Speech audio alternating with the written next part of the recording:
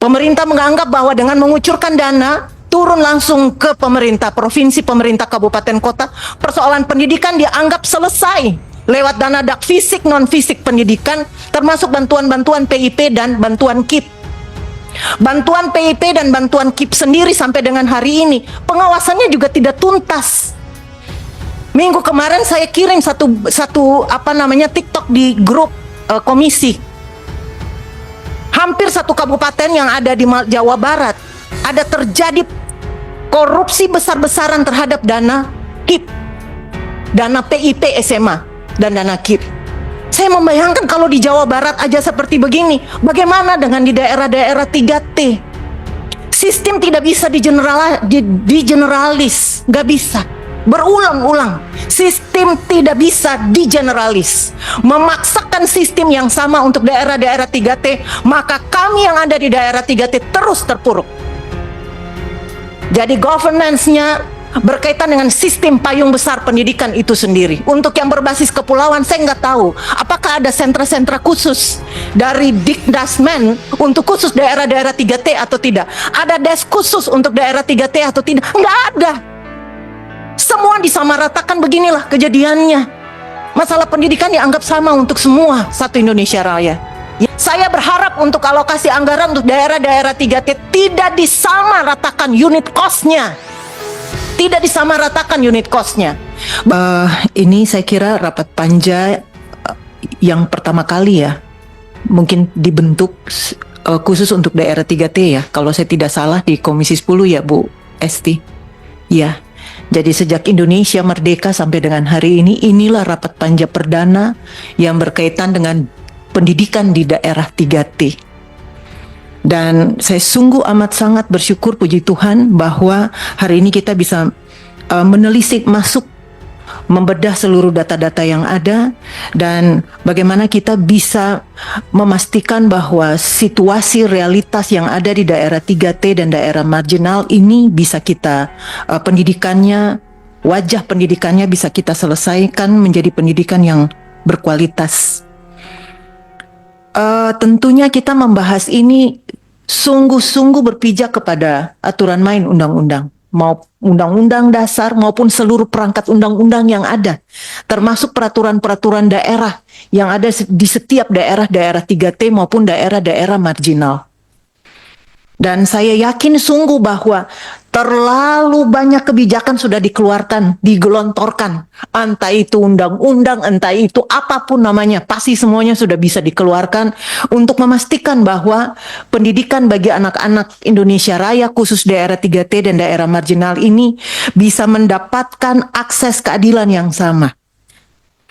Tetapi realitasnya sampai dengan hari ini, tidak berbanding lurus antara seluruh kebijakan, baik kebijakan undang-undang dan peraturan, kebijakan penganggaran, dan realitas yang ada di lapangan. Pertanyaannya hari ini, akar persoalannya ada di mana? Fakta yang muncul di permukaan, masalah ada dengan guru, entah distribusi guru, tunjangan, kinerja guru yang belum bisa diakses dengan baik, masalah fasilitas rumah guru dan sebagainya, masalah siswa, masalah transportasi, masalah digitalisasi, masalah ketersediaan buku, kurikulum, dan sebagainya. Ini masalah yang tiap hari kita bahas, Dan hari ini kita ada di dalam panja pendidikan daerah 3T. Saya dari tadi itu membayangkan bahwa kalau panja ini dia hadir, dia bukan PHP, sekedar pemberi harapan palsu. Enggak mau saya. Bahwa benar-benar kita menyelesaikan masalah 3T langsung ke akar persoalannya. Ada di mana akar persoalannya? Saya agak tercengang tadi dari data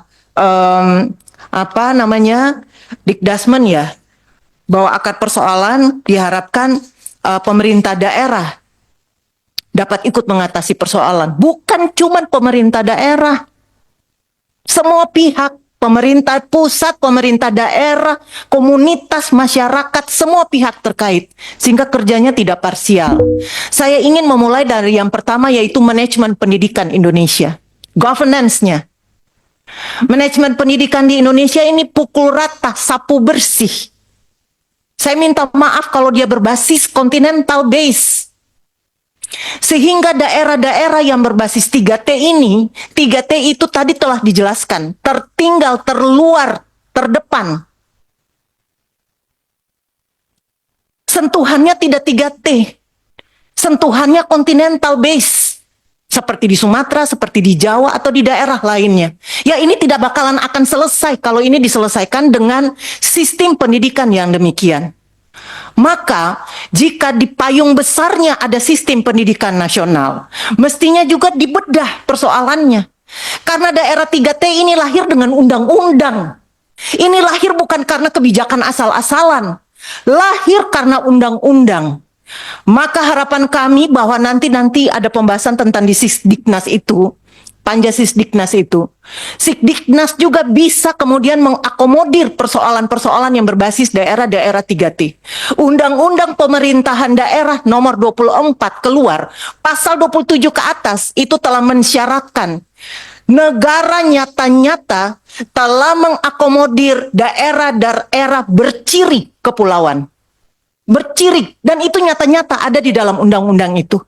Sementara di dalam undang-undang Sisdiknas kita, semuanya masih bersifat generalis. Bahwa kemudian ada intervensi-intervensi khusus ya, apakah itu tunjangan khusus daerah 3T dan sebagainya. Buat saya tidak cukup sampai di sana. Karena ini berkaitan dengan governance-nya. Maka sistem untuk daerah-daerah 3T ini harus kita bijaki. Beberapa waktu yang lalu, periode yang lama, saya itu pimpin satu panja.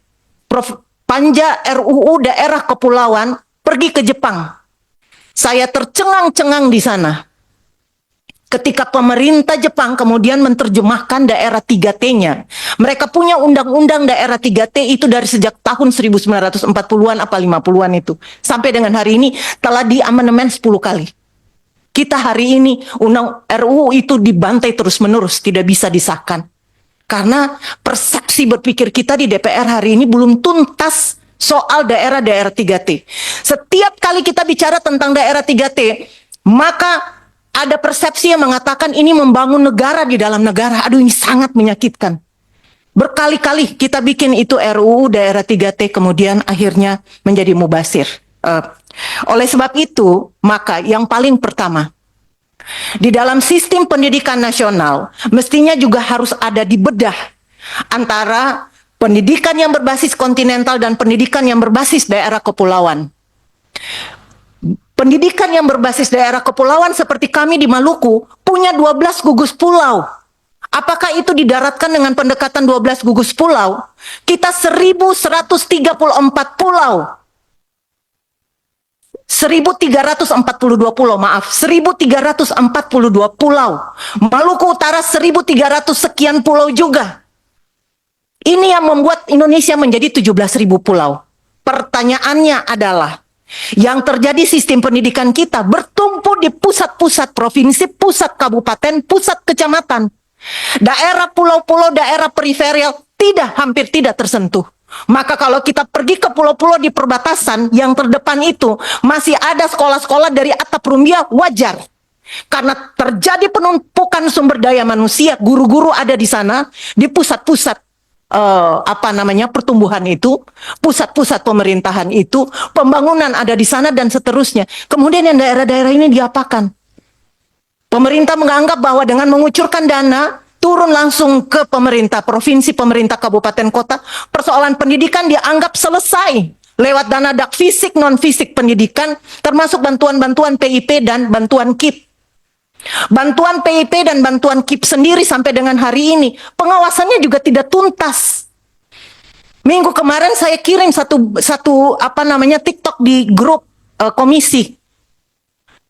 Hampir satu kabupaten yang ada di Jawa Barat, ada terjadi korupsi besar-besaran terhadap dana KIP, dana PIP SMA, dan dana KIP. Saya membayangkan kalau di Jawa Barat aja seperti begini, bagaimana dengan di daerah-daerah 3T? Sistem tidak bisa digeneralis, nggak bisa. Berulang-ulang, sistem tidak bisa digeneralis. Memaksakan sistem yang sama untuk daerah-daerah 3T, maka kami yang ada di daerah 3T terus terpuruk.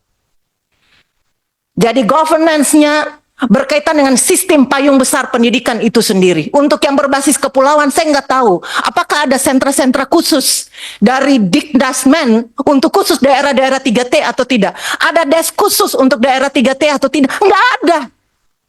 Semua disamaratakan, beginilah kejadiannya. Masalah pendidikan dianggap sama untuk semua satu Indonesia Raya. Yang kedua, Bapak Ibu sekalian, ini berkaitan dengan tata cara membangun program.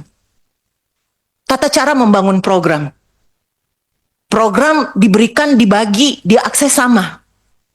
Padahal mestinya ada indikator-indikator khusus untuk memastikan afirmasi kebijakan terjadi untuk daerah-daerah yang kualitas pendidikan rendah.